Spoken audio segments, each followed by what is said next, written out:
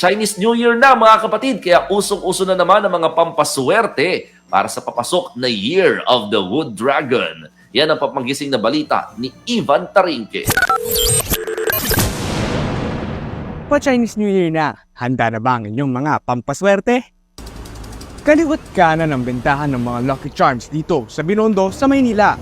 May mga organic gaya ng palay, luya, taro at pinya.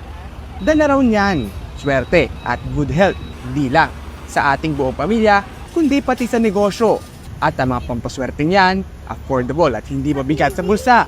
Sabi ng mga naniniwala, hindi na raw yan masama dahil sa murang halaga, kapalit naman ay isang mas maswerteng taon. Ito pong palay, 300 po. And then yung gabi naman po, may 150, may 100, depende po sa size. And then, ganun din po yung luya, depende po sa sizes. And then yung pinya po, may 50 pesos and may 150. Pero teka, pang-display lang ba talaga yan? Sabi ng mga nakausap pong nagtitinda. Pagkatapos naman ng Chinese New Year, pwede naman daw yan lutuin. Nagtanong-tanong din ako sa mga feng expert dito sa Binondo.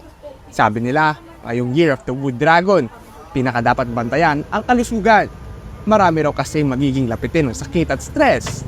Pero as always, ready sila para kontrahin yan.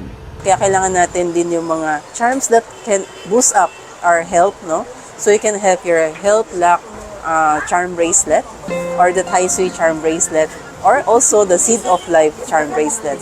Naniniwala man o hindi sa feng shui at lucky charms, iisa lang ang sigurado.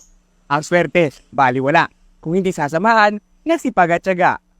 Mobile Journal, Ivan Tarinque po hatid ang mukha ng balita.